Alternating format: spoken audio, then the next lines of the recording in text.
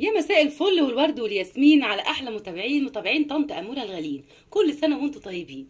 عامله لكم النهارده البطاطس السناكس، حاجه كده في منتهى الجمال، بدايل الشيبسي بدون مواد حافظه، وعاملينها في البيت بايدينا وعارفين معموله ازاي.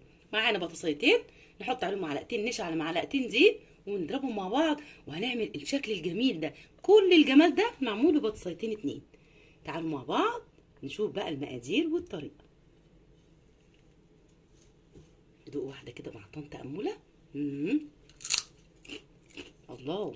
تعالوا بقى ورايا نشوف المقادير والطريقه.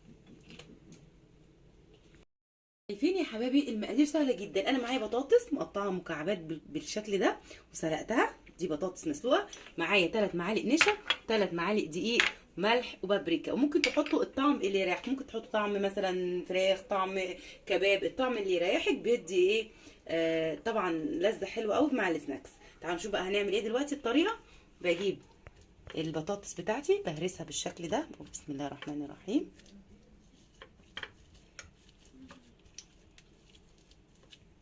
بطاطس عاديه خالص، 3 4 بطاطسيات كده، قطعين في مكعبات ونسلقهم من غير قشرهم، طبعا نكون مقشرينهم الاول، ونهرسهم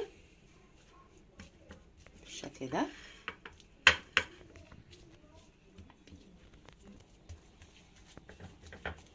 بهرس لما تبقى ناعمه خالص، مش عايزه اي تكتلات فيها خالص، بالشكل ده. وهنزل بيها طبق غويط كده شويه، بسم الله.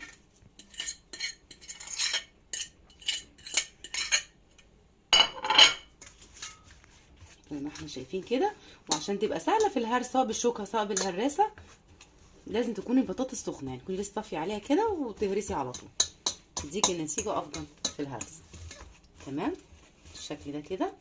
في المرحله دي هنزل بالنشا زي ما احنا شايفين، بالدقيق،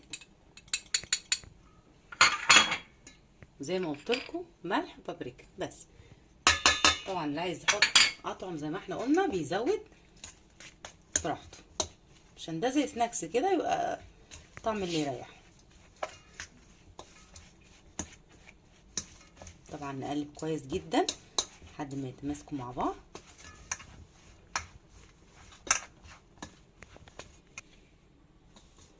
شايفين حبايب طنط اموله، انا عملتها بالشوكه شويه، واضطريت بقى ان انا ايه اكمل كده والمها بايدي، عشان انا عايزاها عجينه بالشكل ده. شايفين؟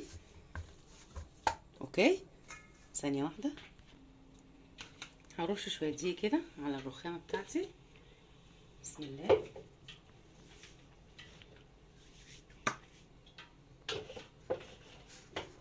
وهاخد العجينه بتاعتي بالشكل ده، اعفرها كده بالدقيق، بسم الله،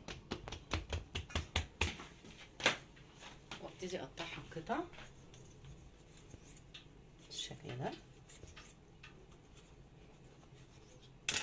تمام.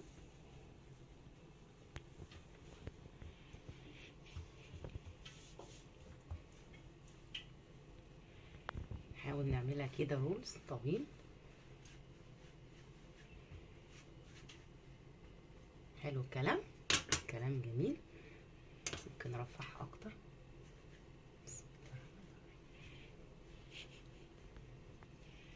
قطع صغنططه كده، شايفين بالشكل ده. الحجم بقى اللي يعجبكم.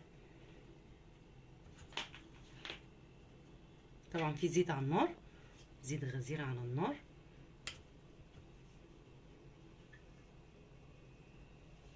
بالشكل ده كده.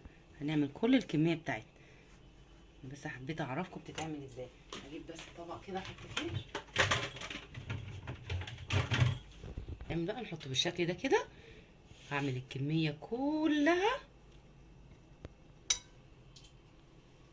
وارجع لكم. شايفين حبايب طنط اموله، انا عملت الكميه دي كلها، شايفين؟ وقلت اعمل دي كمان معاكم كده برضو، اخر واحده زي ما انتم شايفين رولز كده. ممكن تعملوا الشكل اللي يعجبكم، يعني ممكن تبططوها تعملوا شكل مستطيل، يعني بصوا الشكل اللي يعجبكم. ممكن اشكال تتفننوا انتوا فيها، يعني عايزينها تخينه ورفيعه اي حاجه عادي يعني. ده انا عملته تخين شويه مش مشكله،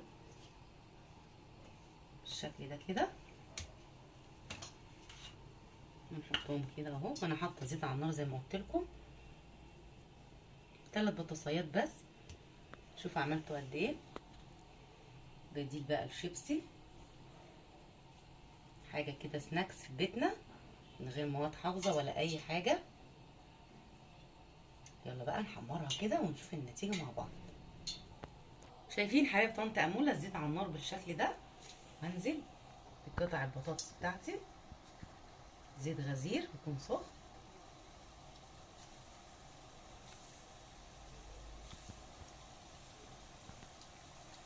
هنزل الكميه كلها كده، وطبعا لما تحمر وتدي اللون الجولد بتاعي عادي خالص ببتدي اطلعها.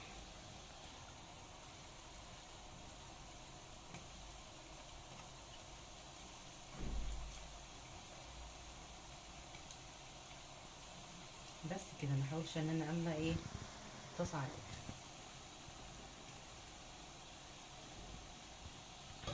شايفين حبايب طنط اموله نفشت ازاي؟ بقت خطيره خطيره. تعجبني فيها كمان يعني لا مواد حافظه ولا اي حاجه، من عمال ايدينا. طب كده على المرق دي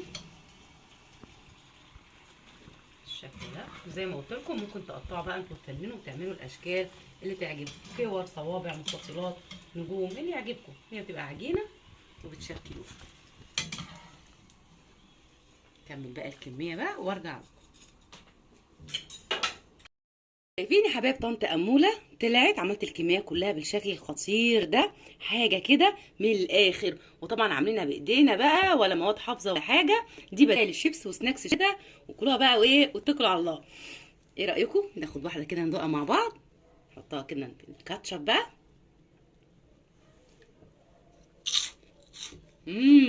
سامعين صوت القرمشه؟ حاجه بجد خطيره خطيره. يا ريت بقى تجربوها. ما تنسوش رايكم في الكومنتات، كومنتاتكم سواء سلبيه ايجابيه، انا بحبها جدا جدا جدا وبفرح بيها. اتمنى طريقتي تعجبكم. وانتوا سمعتوا صوت القرمشه بجد خطيره، حاجه من الاخر. يا ريت بقى تجربوها. قولوا رايكم.